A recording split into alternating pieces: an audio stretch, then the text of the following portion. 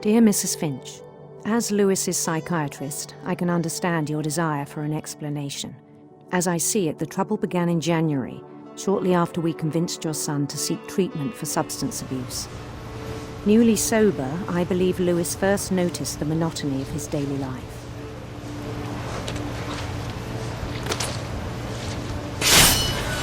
He kept working at the cannery.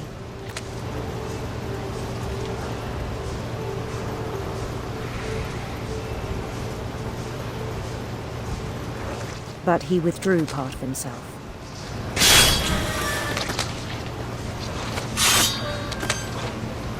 In our sessions, I saw the same behavior. His mind began to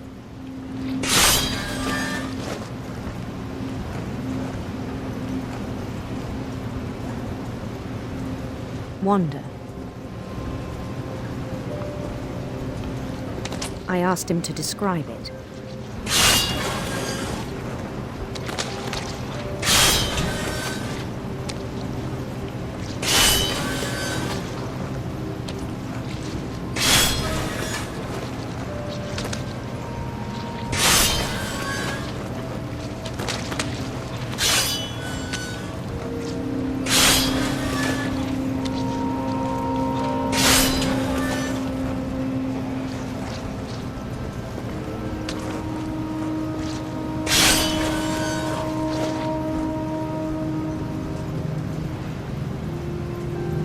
He said he started small,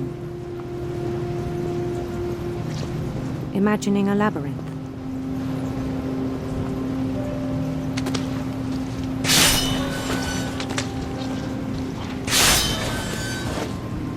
He'd feel his way about.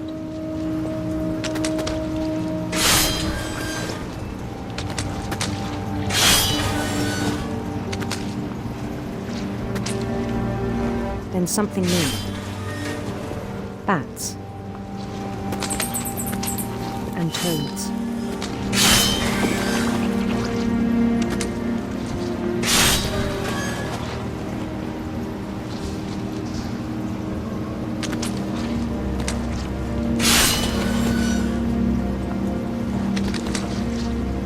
And things that have not names. He knew it was all in his head.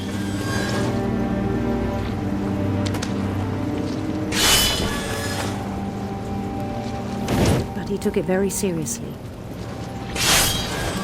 I had hoped he'd find himself.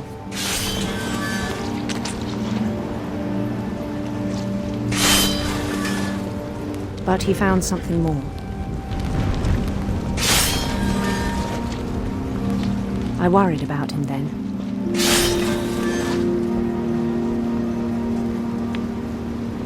Daydreaming at the cannery.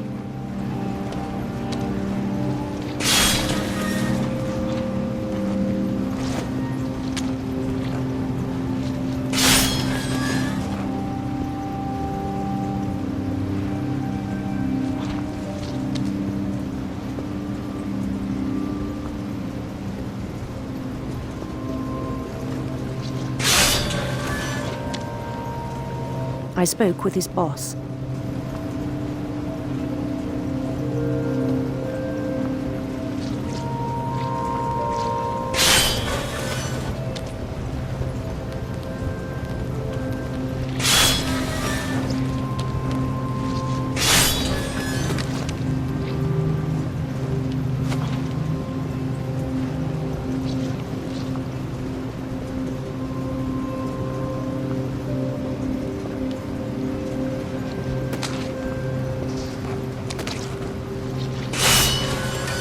But he said Lewis had become a model employee. Methodical, tireless, focused.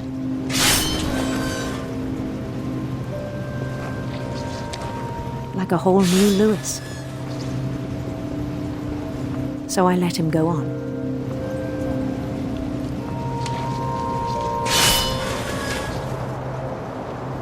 I even encouraged him. It seemed very promising at first. He told me he'd made a new friend.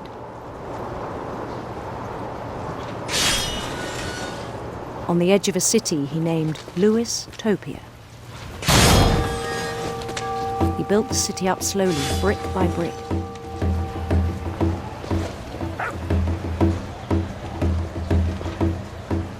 Then he made musicians.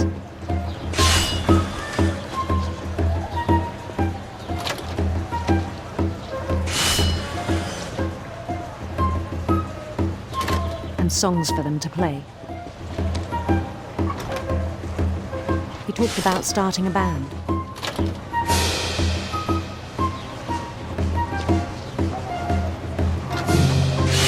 And he was always humming something. Every day his imagination grew stronger.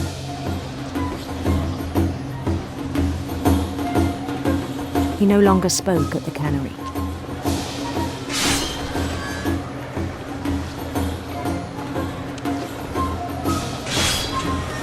But his chopping was as reliable as ever. Then one day it struck him.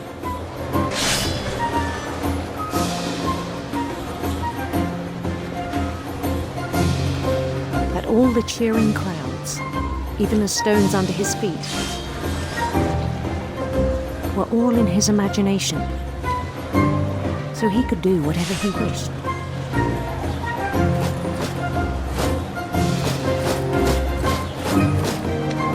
He held an election for mayor,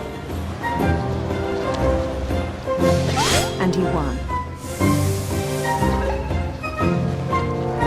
They begged him to stay, but his mind was already wandering. It became a game for him.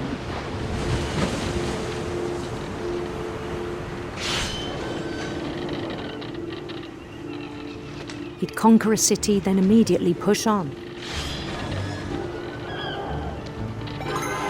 New Louisville.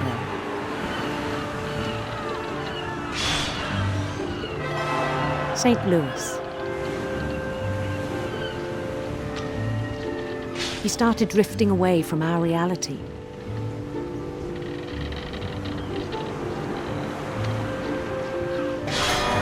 Minneapolis. Until one day he forgot to go home from the cannery. Even as his mother pleaded with him, part of Louis kept sailing on.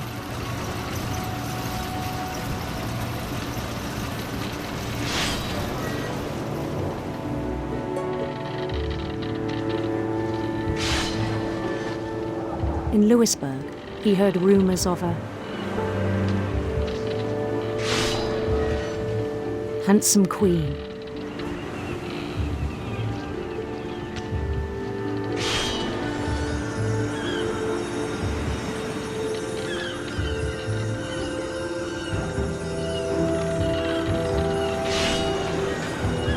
The queen was on her own quest for radiant rainbows.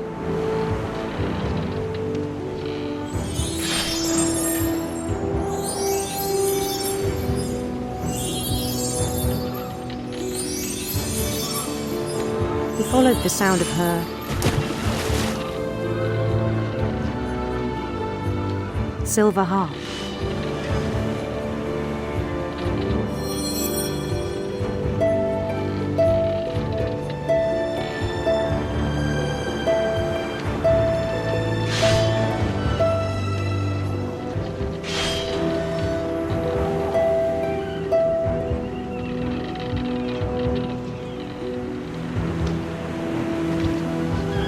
His chase led him to a golden palace east of the sun and west of the moon.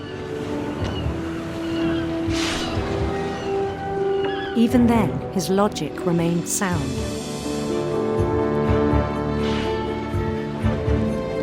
He knew the world was all in his imagination.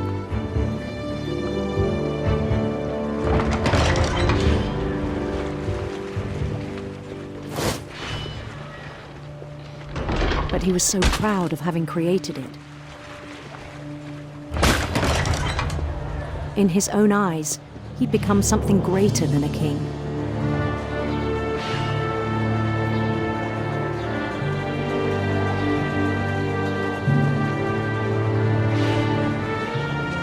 For someone who'd never known success in the real world, I think it was overwhelming.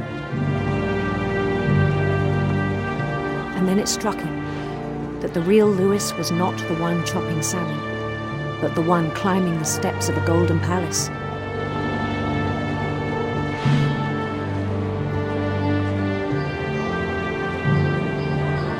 My imagination is as real as my body, he told me. It was hard to argue with him.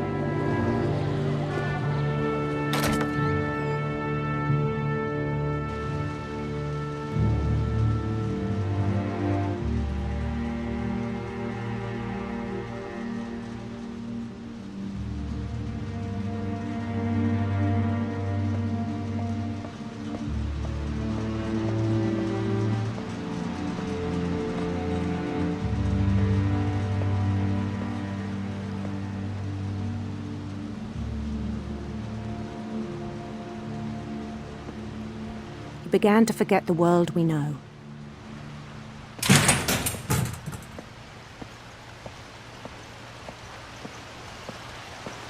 I think it pained him to remember Lewis.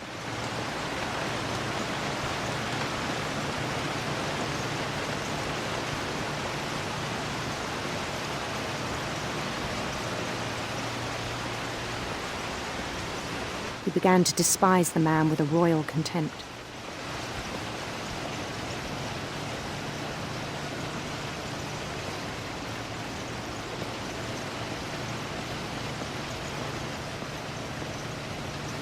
I still thought I could save him.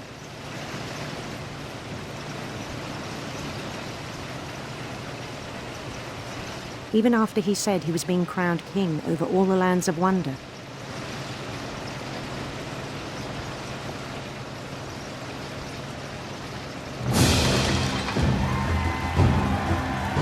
The palace would be packed with his companions.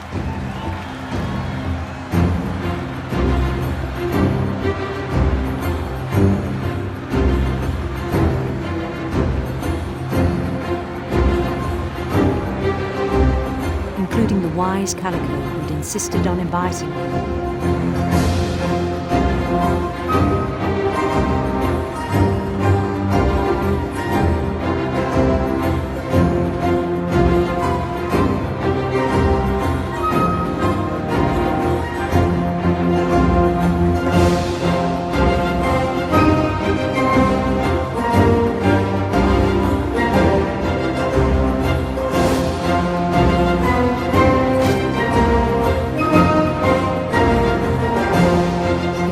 Waited, holding his crown.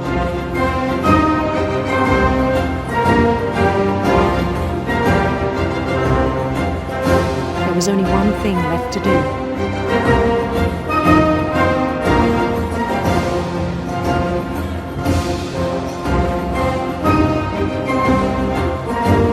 Bend down his head.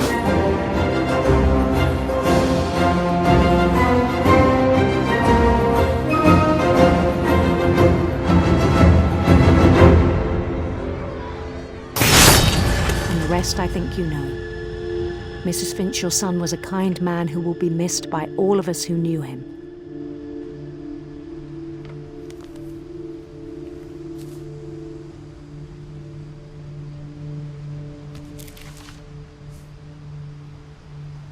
My brother was really cool. I wish you could have met him.